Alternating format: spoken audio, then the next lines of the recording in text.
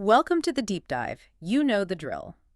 We take the most complex historical, political, and social issues, stack up the essential sources, and deliver the concentrated knowledge you need to be truly well-informed. Today, we are undertaking a deep dive into presidential history, and we're tackling a really powerful and historically critical question. A huge one. Which U.S. presidents fundamentally and, significantly impacted the progress of Black rights in America. We're not looking for just symbolism here. No, not at all. We're looking for policy, for structural change, for real legislative impact. And the timing for this analysis, it couldn't be more relevant. When you look at the period following 2020, with the renewed energy of movements demanding racial justice, Right. you're really seeing history repeat itself in a way. Yeah. These demands for social and structural reform, they aren't new. They've always existed, and they've always forced leaders to respond. So that's our mission today. Exactly. To analyze the historical leadership that, when confronted with that pressure, actually made lasting change. And our sources for this, they provide specific policy achievements, some really necessary critical context, and historical analysis that spans, over a century and a half of American governance? Yeah, that's right. We're going to be looking at the complex legacies of 5 key figures: Abraham Lincoln, Franklin D. Roosevelt, JFK, Lyndon B. Johnson, and Barack Obama. We're going to assess their actions, their motivations, and the lasting footprint they left on this journey toward equality. And it's so important to say this up front. Every single one of these leaders operated in a different, messy political reality. Oh, absolutely. Their actions were rarely, if ever, purely altruistic. They were often pragmatic, sometimes military, or, just politically expedient. And that nuance is exactly what makes this a deep dive instead of just a simple history lesson. Precisely. Okay, let's unpack this. And we have to start where the modern American history on this topic really begins, with the man who ended slavery, Abraham Lincoln. Right. And for most Americans, the image of Lincoln is pretty monolithic, isn't it? The great emancipator. The great emancipator.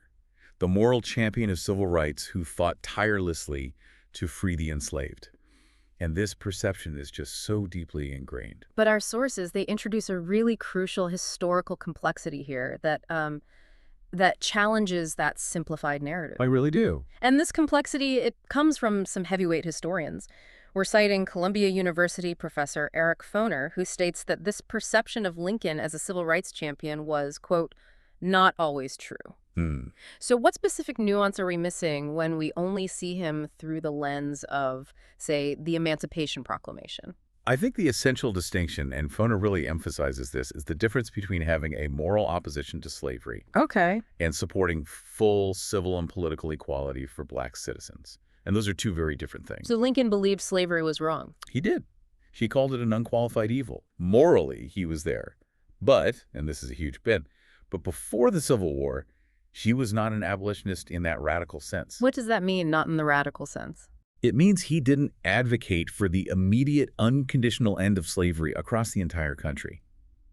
And he certainly didn't endorse the idea of integrating Black and white citizens into an equal society. Wow.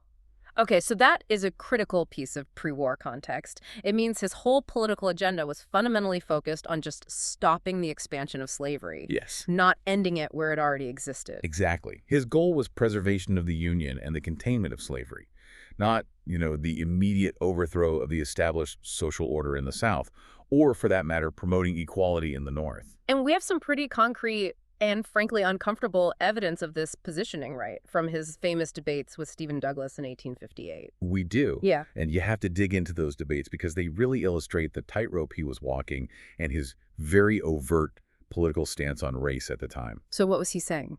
In those debates, Lincoln was actively trying to appeal to the deeply racist sentiments of many Illinois voters. He actually accused his opponent, Douglas, of supporting Negro equality. He used it as an attack. As an attack, yes. And Lincoln stated very clearly that he did not believe in granting Black Americans the right to vote, or to serve on juries, or to intermarry, or enjoy the same political and social rights as white Americans. He said that explicitly. He was unequivocal. He asserted that physical differences would perpetually forbid the two races from living together in conditions of perfect equality.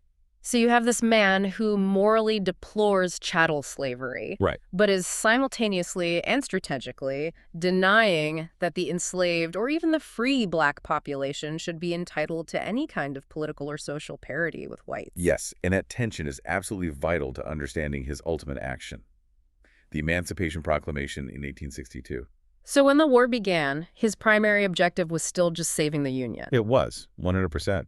He initially resisted all these calls to emancipate slaves because he was terrified of alienating the vital border states. Missouri, Maryland, Missouri, Kentucky, and Delaware. They were slaveholding states, but they had remained loyal to the Union. Losing them would have been a catastrophe. Which led to that famous 1862 letter where he basically said his paramount object was to save the Union. And was not either to save or to destroy slavery. He put it right there in black and white. But the war itself, it just changed the calculation for him. As the conflict dragged on and on, the sheer military necessity of crippling the Confederacy's labor force became, well, unavoidable. It became an absolute strategic imperative. You have to remember, thousands of enslaved people were fleeing to Union lines. The Union started calling them contraband of war. Right. And Lincoln realized that emancipation was the sharpest military weapon he had. So the Emancipation Proclamation, which he issued after the Union victory at Antietam, was a calculated act of war. It was designed to weaken the enemy by essentially confiscating their labor force and adding black soldiers to the Union ranks. And the wording of the proclamation itself, it reflects that military strategy, doesn't it? Because it didn't apply universally. No, not at all. It was very narrowly tailored to achieve that war objective while minimizing the political risk. And that is the critical legislative detail that so often gets missed. The proclamation declared free only those enslaved people in states or parts of states that were actively in rebellion against the Union. So this is why Missouri, Maryland, Kentucky, and Delaware were explicitly excluded. Exactly. If Lincoln had included those border states, he risked driving them right into the Confederacy, which would have fatally compromised the Union cause. So on one hand, it's this brilliant, world-changing document that fundamentally repositions the goal of the Civil War from just preserving the Union to actively ending slavery. It does. But on the other hand, it's a strategic legal document that only grants freedom in places where the Union had no effective control at that moment. Precisely. It had no immediate effect on the ground in those states, but what it did was galvanize Union troops. And critically, it changed international opinion. It made it almost impossible for European powers like Britain or France to intervene on behalf of the Confederacy. And it also allowed black men to enlist in the Union Army and Navy. Yes, which was huge. It transformed the war into a fight for liberation and gave the Union crucial manpower. But we have to remember, even after the proclamation, Lincoln was still struggling with the concept of integration. The sources confirm he continued to promote these schemes for colonization. Yeah, which meant sending freed black Americans outside of the United States. His views evolved, but slowly and painfully, he was being pressured by abolitionists like Frederick Douglass. But initially, he just believed the two races couldn't coexist equally. The colonization efforts really illustrate his deep ambivalence. However, by 1864 and 1865, his focus had really sharpened. He started to recognize that the proclamation was a wartime measure that could be reversed in peacetime. Which leads us to his final monumental effort. The push for the 13th Amendment. This was pure political maneuvering and just immense risk. Oh, it was. Lincoln had to deploy every single ounce of political capital he had. He was promising positions, making backroom deals, twisting arms, all to push that amendment through a deeply divided Congress before the war ended. And the 13th Amendment, which was ratified after his death, was the constitutional realization of freedom. It's what made it permanent. Right. It was something the proclamation only initiated. And Lincoln's complex legacy is this. He saved the Union, and by doing so, he transformed a war for national unity into a crusade for human freedom. He laid the essential groundwork for all future civil rights battles. Even if he didn't fully support the subsequent fight for civil equality himself, Even then. what's so fascinating here is that tension. That the most important step toward equality was taken not out of pure moral idealism, but out of really political and military necessity. It is. It just shows us that in presidential action, pragmatism and morality, they often have to walk hand in hand. They absolutely do. So if Lincoln's actions were born out of the ultimate American crisis civil war, our next figure, Franklin D. Roosevelt, operated in a different kind of national emergency. The Great Depression and later World War II. Right. And his impact, it shifted the focus from legal freedom to economic opportunity. And the whole landscape was just vastly different from Lincoln's era. By the 1930s and 40s, you had the Great Migration. Okay, so large numbers of African Americans had moved out of the Jim Crow South. And into northern urban centers. This created a major new voting constituency, particularly in swing states, that politicians, including FDR, just could not ignore anymore. And their organizational strength was also growing exponentially. I mean, the sources highlight that the NAACP had gained real political power by this time. A lot of power. And they were making federal anti-lynching legislation a major high-profile national priority. The political pressure was intense. It was. But FDR was in, well, an impossible position. He needed the votes of Southern Democrats to pass all of the sweeping New Deal legislation required to pull the country out of the Depression. And those same Southern Democrats were violently opposed to any federal anti-lynching bill. They vowed to filibuster it into oblivion. FDR was terrified that pushing federal civil rights legislation through Congress would just fracture the Democratic Party coalition and jeopardize the entire New Deal. So he couldn't risk the legislative fight on civil rights, even though both he and Eleanor Roosevelt were pretty vocal advocates for racial justice and equal rights. Right, and this is where Eleanor Roosevelt's influence becomes so crucial. She was really pushing the administration from the inside. She was much more progressive on these issues. Oh, far more progressive and publicly active on race issues than her husband. She worked directly with civil rights leaders. But ultimately, the change that forced FDR's hand came from an outside organizing threat. From the pressure exerted by the labor and civil rights giant A. Philip Randolph. That's the one. Here's where it gets really interesting, because it's the threat of organized mass protest that compels this massive shift to executive action. So what did Randolph threaten to do? Randolph, who led the Brotherhood of Sleeping Car Porters, was absolutely outraged by the rampant discrimination in the defense industries. This is as the U.S. is gearing up for World War II? Exactly. Billions of dollars are being poured into factories, but black workers are being systematically denied high-paying jobs. They're often told they need experience that they can't get because they're denied entry in the first place. A classic catch-22. A total catch-22. Yeah. So Randolph's response was audacious. He threatened to organize a massive march on Washington in 1941, bringing tens of thousands of black protesters to the Capitol. Which would have been a catastrophic embarrassment for the president on the eve of entering a world war. Oh, absolutely. Especially since the U.S. was simultaneously arguing against the racial supremacy ideology of the Axis powers. The hypocrisy would have been glaring. It was an existential threat to American credibility. FDR knew the march would undermine morale and expose American hypocrisy on race to the entire world. So, to preempt the march, which Randolph refused to cancel until he got tangible action, FDR used his executive power. And this led to the landmark Executive Order 8802, issued in June 1941. So tell us what 8802 specifically created and what its scope was. Because this wasn't just a symbolic gesture, this was a foundational regulatory change. 8802 was massive. It established the Fair Employment Practices Committee, or FEPC. The FEPC. And the order itself stipulated that there shall be, quote, no discrimination in the employment of workers in defense industries or government because of race, creed, color, or national origin. So the federal government was suddenly prohibited from hiring based on race? Yes. And more importantly, this extended to every single company that was receiving these lucrative federal defense contracts. Which was essentially the entire industrial backbone of the nation during wartime. Wow. It inserted the federal government into the oversight of hiring practices for the first time ever.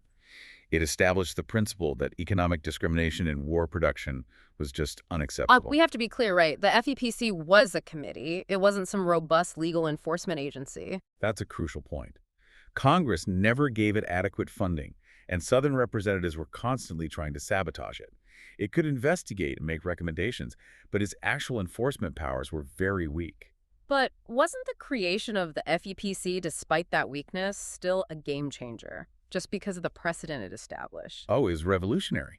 The sources confirmed the direct, tangible results. This order helped millions of African Americans move from low-wage agricultural or service work into better-paying industrial jobs with higher wages. A pathway to the middle class. Exactly. Even with limited enforcement, the sheer presence of the FEPC signaled a major shift. It opened pathways to economic mobility that had been institutionally closed for generations. This really marked the start of the federal government taking an active role in enforcing equal employment opportunity. And it set the stage for future anti-discrimination laws. It did. The implication here is huge. Lincoln focused on legal freedom through constitutional change. FDR, blocked by Congress, focused on economic freedom and opportunity, and he used the powerful tool of the executive order during a time of national emergency. It demonstrates that presidential action doesn't always have to be legislative to be profoundly impactful. And what's fascinating here is how the threat of mass action, Randolph's proposed march, was the actual engine of this presidential progress. Right. FDR moved not because of some sudden moral enlightenment, but because he was forced to choose between managing a political crisis and taking executive action against discrimination. And this precedent would echo decades later. We move now into the 1960s, the absolute apex of the civil rights movement, an era defined by intense, often violent domestic confrontation. And John F. Kennedy inherits this crucible. Unlike Lincoln's Civil War or FDR's World War, this was a battle over the soul of the nation, and it was fought in the streets. When JFK took office in '61, the moment demanded decisive action. Yet initially, the sources acknowledged that critics argued he was too cautious. He was. Not fully committed to the cause. He was really reluctant to push sweeping legislation right away, again, fearing he would alienate those powerful Southern Democratic power brokers in Congress. He did show some commitment through symbolic gestures and judicial appointments, though, correct? Oh, absolutely. He brought black individuals into high-ranking administration positions, showing unprecedented diversity in the executive branch for that time. And the most historically significant appointment was, of course, Thurgood Marshall. Naming him to the Second Circuit Court of Appeals in New York.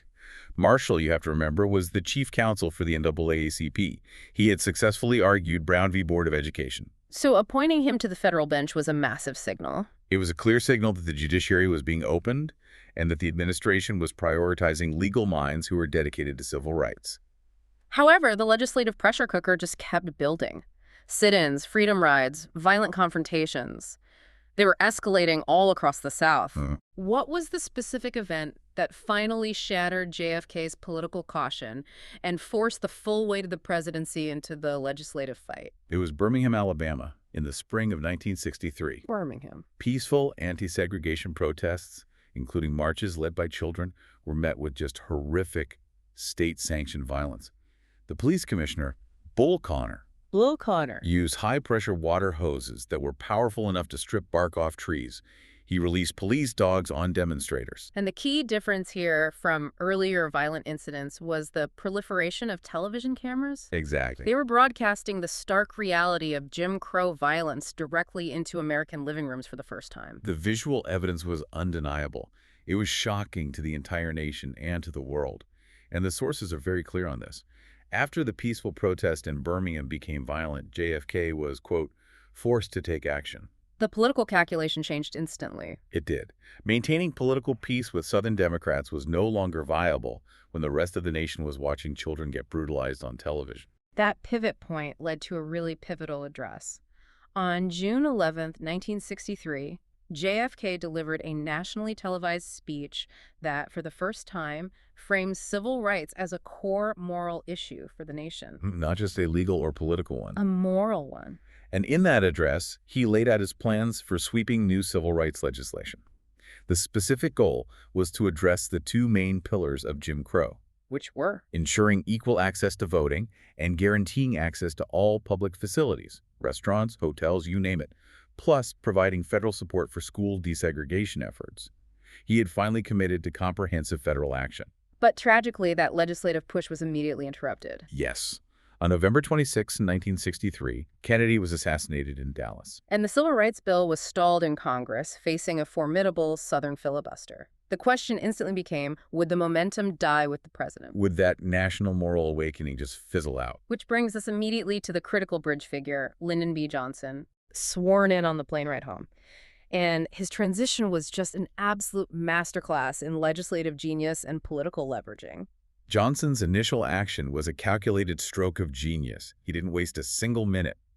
He used the national grief and the reverence for the fallen president, Right. stating explicitly that pushing for and passing Kennedy's Civil Rights Bill would be the greatest way to honor President Kennedy's memory. Which immediately wrapped the legislation in a cloak of political necessity and moral debt. You couldn't vote against it without looking like you were disrespecting the martyred president. And LBJ was a master of the Senate, something JFK really was not.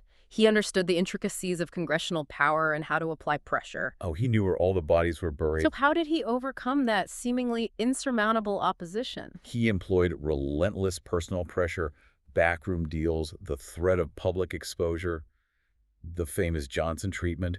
He worked across the aisle, securing crucial Republican support, which was absolutely essential to breaking the Senate filibuster. And this led to the passage of the landmark 1964 Civil Rights Act. One of the most powerful and transformative pieces of legislation in all of American history. So let's talk specifics. The sources credit this law with abolishing Jim Crow. How did the 1964 Act specifically achieve that? It attacked the core discriminatory practices on two primary fronts. First, you have Title II. Title II. Title II prohibited discrimination in all places of public accommodation: hotels, restaurants, theaters, gas stations. It effectively ended legalized segregation in public life. If you were open to the public, you could no longer exclude people based on their race, period. And Title VII was the crucial economic component, building directly on FDR's earlier executive action. Absolutely. Title VII outlawed discrimination in employment based on race, color, religion, sex, or national origin. And it established the Equal Employment Opportunity Commission, the EEOC, to enforce it. So this was the first time the federal government had a powerful statutory enforcement mechanism to combat discrimination in the private sector labor market. Right. Moving far beyond the scope and the weakness of FDR's old FEPC. That was a monumental achievement in itself, but LBJ immediately pivoted to securing the second, equally crucial piece of legislation, the 1965 Voting Rights Act. Why was that second act necessary if the '64 Act was so comprehensive? Because the 1964 Act was still limited in protecting the right to vote. Southern states used a whole myriad of tactics, literacy tests, poll taxes, outright intimidation. Things that were technically race-neutral on paper. Exactly. But they were applied discriminatorily to disenfranchise millions of black citizens. And until black citizens could vote freely, they couldn't elect representatives who would enforce the 1964 Act or pass any further legislation. So the 1965 Voting Rights Act, or VRA, it addressed those structural barriers directly. And the sources say this is what made the United States a true democracy. What was the mechanism that made the VRA so effective? The VRA was revolutionary because it shifted enforcement power entirely to the federal government. It immediately suspended literacy tests and other subjective voter qualification devices in states that had a history of under-registration. And critically, it introduced pre-clearance? Pre-clearance. This was the key. It required certain jurisdictions, primarily in the South, with a history of discrimination, to submit any proposed changes to their voting laws to the U.S. Attorney General or a federal court for approval before they could take effect. That power, federal intervention, and pre-approval, that was the sledgehammer that finally knocked down institutional racism at the ballot box. It was the necessary mechanism for structural change, and the impact was immediate and profound. Black voter registration and participation just soared in the South, fundamentally changing the political landscape of the entire region. And it ensured that elected officials became accountable to a newly empowered black electorate. For the first time, really, since Reconstruction. We should also mention, as our sources suggest, that Johnson's vision of ending race-based national policies, it extended beyond just the domestic sphere. That's right. LBJ also eliminated racist immigration restrictions in 1965. He repealed the decades-old national origins quota system that had heavily favored Western and Northern Europeans. And this action, while it's often overshadowed by the CRA and VRA, it signaled a comprehensive national shift away from race-based exclusion in all areas of policy. It opened the door for greater global diversity in the country. So if we connect this to the bigger picture, this period really shows how leadership, when it's combined with legislative skill and leveraging political opportunity, even tragic opportunity, can fundamentally restructure society almost overnight. We can. But if LBJ had all this legislative skill and ambition for his great society, why did the promise of full economic and social equality seem to falter for so many African Americans after 1966? And that raises a crucial point about the limits of legislation. The Civil Rights Act and the Voting Rights Act, they removed legal barriers. Yeah. You could now vote, and you could sit at any lunch counter. Right. But they did not solve structural poverty or housing segregation like redlining or educational inequality caused by segregated tax bases or just the deep-seated social resistance in the North and West. And then the Vietnam War started to dominate his presidency. Exactly. LBJ shifted focus to Vietnam. He faced increasing domestic political backlash against the pace of change, and that diminished his political capital for the further comprehensive social engineering that would have been necessary to address economic inequality. So the foundations for a true democracy were built, but the structure required to ensure true economic parity, that remained incomplete. Very incomplete. We now jump forward to the 21st century and the presidency of Barack Obama. And this period, it marks a dramatic shift. The fight was no longer over dismantling legal segregation or securing the right to vote. Right. Those battles were, in large part, won by LBJ. The fight had moved to structural inequality, to access, and to specific community uplift. And we absolutely have to start with the landmark victory of Obama's election itself. You have to. Becoming the 44th president of the United States was, without question, a historic milestone.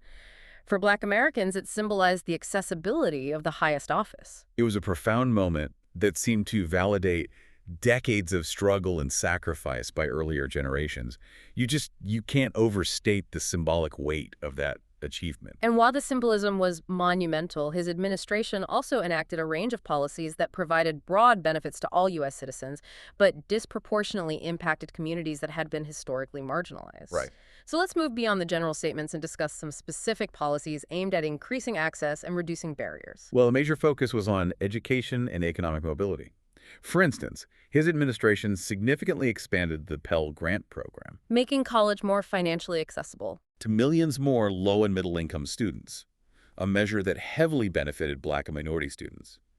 And there was also targeted funding for historically Black colleges and universities, the HBCUs, recognizing their vital role. And what about in terms of business and entrepreneurship, which is such a key driver of generational wealth? The focus there was on reducing barriers to capital. Specific policies included eliminating or dramatically reducing fees on small business administration or SBA loans. Which made accessing federal capital cheaper and easier. Exactly. And that's particularly crucial for Black entrepreneurs, who often face much higher hurdles accessing traditional financing. He also worked on removing barriers in federal hiring and contracts to ensure fair access to government business. But the single greatest legislative victory of his first term, and you could argue one of the most structurally impactful on minority communities, was the Affordable Care Act. Obamacare. Obamacare. That is correct.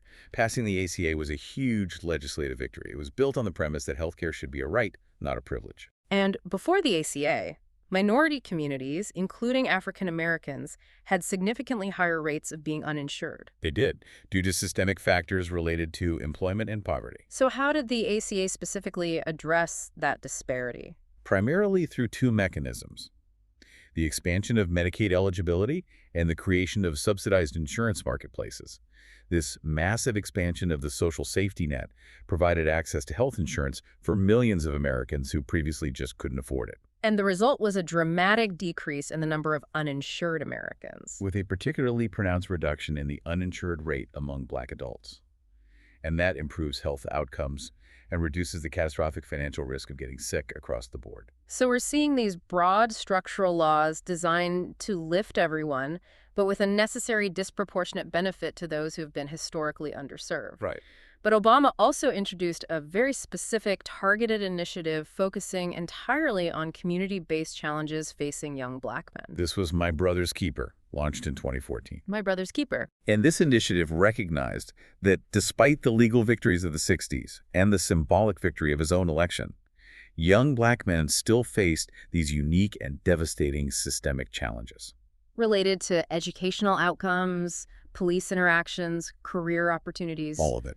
What's crucial here is the structure of My Brother's Keeper. It wasn't a federally funded government bureaucracy in the traditional sense. This is a real departure from, say, the LBJ model. And that is the defining structural detail of his approach to inequality. My Brother's Keeper functioned more like a foundation and a coordinating body. It leveraged the power of the White House to bring together private industry, local governments, nonprofits, and philanthropic organizations. So it didn't rely on Congress for appropriations. No. Instead, it worked through partnerships to provide targeted resources, mentoring programs, career training, educational resources, and efforts to reform community police relations. So what does this all mean when we assess Obama's impact? We're seeing a shift from these landmark structural laws like ending segregation or ensuring voting rights, to focus targeted initiatives aimed at specific community uplift and institutional support, alongside broad national policies that increased accessibility for everyone. It really reflects the post-civil rights reality. The legal framework was largely equitable on paper, but that deep-seated societal inequality, what we often refer to as systemic disadvantage, it remained.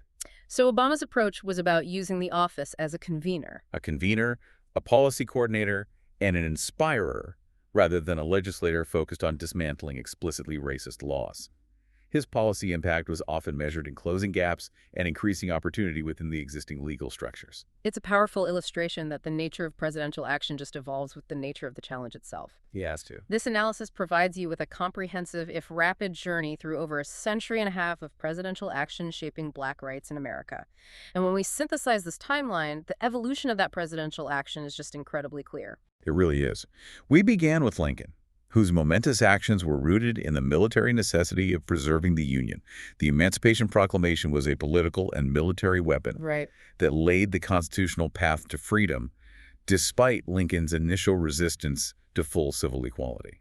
Then we saw FDR facing legislative gridlock and the threat of mass action. He utilized administrative mandate and executive power to establish the principle of economic opportunity through the FEPC, setting an anti-discrimination standard for federal entities. Following that was the explosion of legislative progress under JFK's initial appointments, and critically, LBJ's masterful handling of a national crisis, which resulted in that sweeping legislation, the 1964 Civil Rights Act and the 1965 Voting Rights Act, that fundamentally changed the legal landscape of the nation, securing voting rights and abolishing Jim Crow. And finally, we analyzed Obama, whose impact was defined by the historic symbolism of his election and a strategic focus on targeted initiatives like My Brother's Keeper, alongside broad legislative victories like the Affordable Care Act, all focused on increasing access and opportunity in the face of ongoing systemic inequality. These changes, from the proclamation to the VRA to targeted community investment, they were undeniably significant historical milestones. But the overarching observation that connects all these sources is the consistent role of the public. Yes.